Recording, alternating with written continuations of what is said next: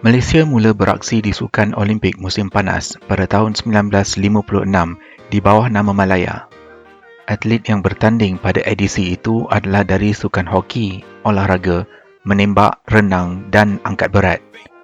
Sejak itu, negara kita telah menghantar kontingen untuk bertanding di setiap edisi Sukan Olimpik Musim Panas, kecuali pada tahun 1980.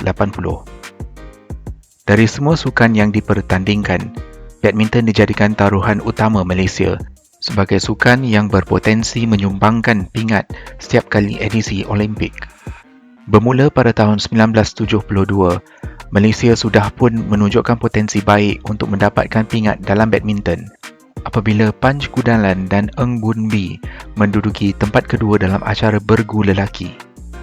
Tapi pada edisi itu, badminton hanyalah dipertandingkan sebagai sukan demonstrasi dan tiada pingat diberi kepada peserta.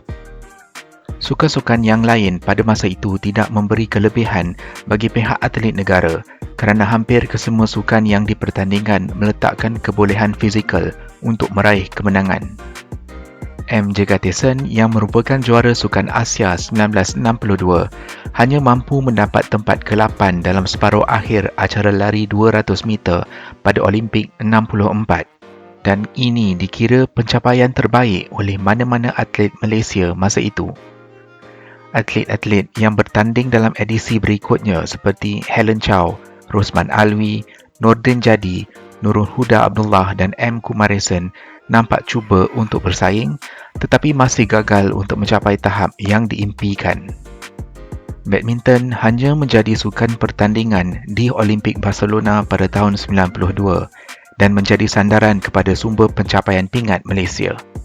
Pencapaian pingat gangsa Razif dan Jailani Siddiq pada edisi tersebut melakar jalan atlet-atlet berikutnya kerana itulah pertama kali Malaysia meraih pingat Olimpik. Ini disusuli pencapaian oleh Rashid Siddiq, Chia Soon Kit dan Yap Kin Hock 4 tahun kemudian. Malangnya persaraan beberapa jaguh Olimpik selepas itu menyebabkan pada Olimpik Sydney 2000 dan Athens 2004 tiada pingat diperolehi Malaysia. Pada tahun-tahun itu, tiada wakil negara berjaya melepasi peringkat suku akhir dalam acara masing-masing. Namun akhirnya, Lee Chong Wei mengembalikan Malaysia dalam senarai pencapaian pingat apabila mendapat pingat perak pada Olimpik 2008 dalam badminton perseorangan lelaki.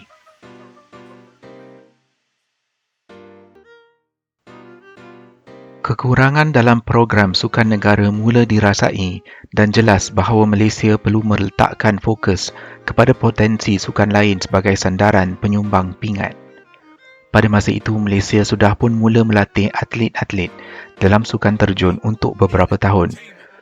Kejayaan program sukan terjun membuahkan hasil apabila buat pertama kalinya Malaysia berjaya meraih pingat dalam acara selain badminton pada Olimpik 2012.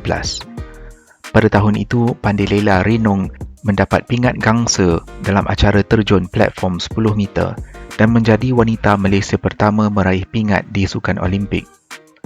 Kejayaan beliau disertakan dengan pencapaian baik Lee Chong Wei dalam badminton yang mengulangi pencapaian beliau sendiri 4 tahun terdahulu.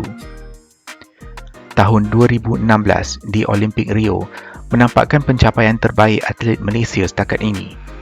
Lumba basikal merupakan sukan ketiga dalam sejarah yang berjaya menyumbangkan pingat Olimpik untuk Malaysia. Azizul Hasni Awang merupakan satu-satunya penyumbang pingat dari sukan itu setakat ini, dengan kejayaan pingat gangsa pada edisi tahun itu. Pencapaian ini dikira sesuatu yang memberangsangkan kerana membuktikan bahawa dengan disiplin serta program sukan dan latihan yang jitu, kejayaan itu pasti. Dan ini diharapkan menjadi contoh kepada persatuan sukan lain dan atlet lain di Malaysia.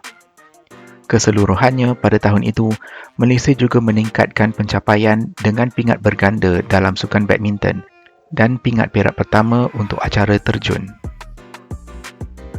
Melangkah masuk ke Olimpik Tokyo 2020, Malaysia masih mengimpikan pencapaian pingat emas Olimpik. 3 atlet negara telah pun mendapat kejuaraan tahun ini dalam penyertaan kejohanan sukan masing-masing. Pandelila menang di final Diving World Cup pada bulan Mei. Lee Zejia menjuarai kejohanan All England pada bulan Mac dan Azizul Hasni pula menang di kejohanan Track Elite Victoria pada Februari. Adakah kejayaan akan dilakar di Tokyo juga? Dengan kemunculan pandemik tanpa diduga, edisi Olimpik ini sudah pun memberi cabaran besar kepada para atlet dan penganjur. Cabaran yang sedia ternanti untuk para atlet kita pastinya ialah untuk mendapatkan pingat emas Olimpik pertama untuk Malaysia.